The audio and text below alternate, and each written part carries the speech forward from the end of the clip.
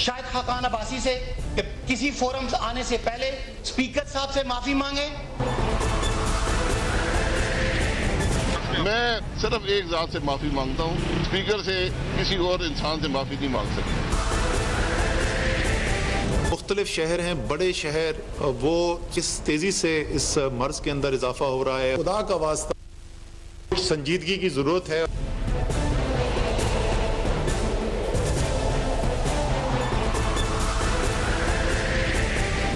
بسم اللہ الرحمن الرحیم and very warm welcome to the show. Muslim League Noon کے لیے کافی روز بعد ایک اچھی خبر آئی ہے. میاں شہباز شریف کے لاہور ہائی کورٹ نے ضمانت منظور کر لی ہے, ان کی رہائی کا حکم دے دیا گیا ہے. 3 رکنی بینچ نے یہ فیصلہ کیا ہے. چند روز قبل 2 رکنی بینچ کا شہباز شریف کی ضمانت پر اختلاف ہو گیا تھا. مریم نواز نے ایک ٹویٹ کی ہے, لیٹس ہیو اے لک. مریم نواز کہتی ہیں 10 سال کہیں بھی ناانصافی کا ذکر سن کر پہنچ جانے والی کو آخر انصاف مل گیا. جتنی مرتبہ بھی شہباز شریف کو گرفتار کیا گیا ان کا جرم صرف نواز شریف سے وفا نکلا. شہباز شریف کا مقابلہ کرنا ہے تو خدمت میں کرو, جھوٹے مقدمات کے ذریعے خدمت کے نشان نہیں مٹائے جا سکتے. ایک بار پھر مریم نواز اپنے اسی بیانیے پہ قائم ہے جو کہ بار بار یہ کہتا ہے کہ آپ نے آل آؤٹ جانا ہے, آپ نے ڈائریکٹ ٹکر لینی ہے, جبکہ یہ کہا جاتا ہے اور نظر بھی آتا ہے شہباز شریف صاحب کا ایسا کوئی طریقہ کار نہیں ہے. کیا شہباز شریف صاحب بھی مریم نواز کی اس ٹویٹ سے اتفاق کریں گے؟ یہ کویسچن ہے. پیپلز پارٹی نے شہباز شریف کے رہا ہونے پر یا ضمانت پر پہلے ہی ڈیل کے الزامات لگانا شروع کر دیے تھے, اور وہ یہ بھی کہہ رہے ہیں کہ حکومت سے مکا کا نتیجہ ہے یہ. دوسری طرف جہانگیر ترین اپنے گروپ کے ساتھ حکومت کے لیے ایک خطرہ بنے ہوئے ہیں. اب یہ گروپ کھل کر سامنے نظر آ رہا ہے. جہانگیر ترین کا دعویٰ ہے کہ حکومت کے 40 اراکین نے جو ہیں وہ پورا کا پورا ان کو سپورٹ دے رہے ہیں. جہانگیر ترین کے چینی بحران سے فائدہ اٹھانے اور منی لانڈرنگ کے الزامات ہیں ان کے اوپر جو لگے ہوئے ہیں, مگر وہ پھر بھی یہ کہہ رہے ہیں کہ ان کے ساتھ ناانصافی ہو رہی ہے, اور ایسا تو ان کے ساتھ نون لیگ کے دور میں بھی نہیں ہوا تھا. آج جب وہ عدالت میں پیش ہوئے جہاں ان کی عبوری ضمانت توسیع کی درخواست زیر سماعت ہے, اس موقع پر انہوں نے کہا کہ وزیر اعظم سے شاید ان کی ملاقات متوقع ہے. لیٹس واچ ہم. اسلام آباد سے کچھ لوگوں نے کانٹیکٹ کیا اور مجھ سے انہوں نے ایشورنس دی, یعنی یقین دہانی کرائی کہ آپ کی ملاقات, آپ کے گروپ کی ملاقات پرائم منسٹر صاحب کے ساتھ اسی ہفتے میں یا کچھ چند دنوں میں ہو جائے گی, اور ریکویسٹ یہ ہے آپ سے کہ آپ اس افطاری کو پوسٹ پون کر دیں, آگے کر دیں. متوقع ہے, میں آپ کو یہ تازہ بتا رہا ہوں, متوقع یہ ہے کہ یہ ملاقات عنقریب ہو جائے گی ہمارے پورے گروپ کی پرائم منسٹر عمران خان. مگر کل وزیر اعظم کا شوگر مافیا کے حوالے سے ایک اہم بیان بھی سامنے آ چکا ہے جس میں انہوں نے اس مافیا پر بلیک میلنگ کا الزام لگایا تھا. ہم نہیں جانتے کہ اس بیان کے بعد بھی وزیر اعظم اور جہانگیر ترین کی ملاقات ممکن ہے یا نہیں, مگر کوٹ اینڈ کوٹ آپ کو سورسز سے بتا رہی ہوں کہ پرائم منسٹر ہاؤس سے یہ بات کلیئرلی کہی گئی کہ پرائم منسٹر نے ڈینائی کیا ہے, ابھی ان کا اس ملاقات کا کوئی ارادہ نہیں ہے. مگر کوئی تو وجہ ہوگی کہ جہانگیر ترین صاحب یہ بات کہہ رہے ہیں, مگر ملاقات ہو کیوں, یہ بھی ایک سوال ہے. ہم یہ بھی سوچ رہے ہیں کہ کیا ہالینڈ اور برطانیہ کے وزیر اعظم جن کی بار بار اگزامپل دیتی ہے پی ٹی آئی, کسی ایسے شخص سے ملاقات کرتے جن کے اوپر منی لانڈرنگ کے الزامات ہوں, جس کے خلاف ان کا جو ماتحت ادارہ ہے, اس کیس میں FIA ہے, وہی تحقیقات کی رپورٹ بھی دے چکا ہو.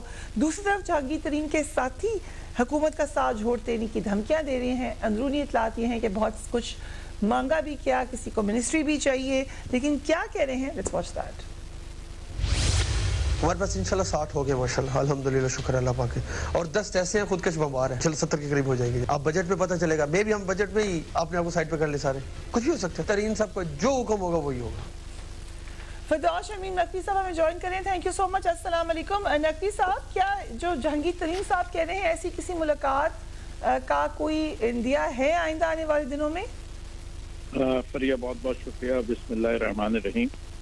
دیکھیے, جہانگیر ترین صاحب کا جو مسئلہ ہے اس کے اوپر وزیر اعظم, پاکستان تحریک انصاف, اس کی مینیجنگ کمیٹیز, کور کمیٹیز اس بات پہ بالکل کلیئر ہیں کہ کسی شخص کے ساتھ زیادتی نہیں ہونی چاہیے, اور خاص طور پہ جہانگیر ترین کے ساتھ کوئی زیادتی نہیں ہے.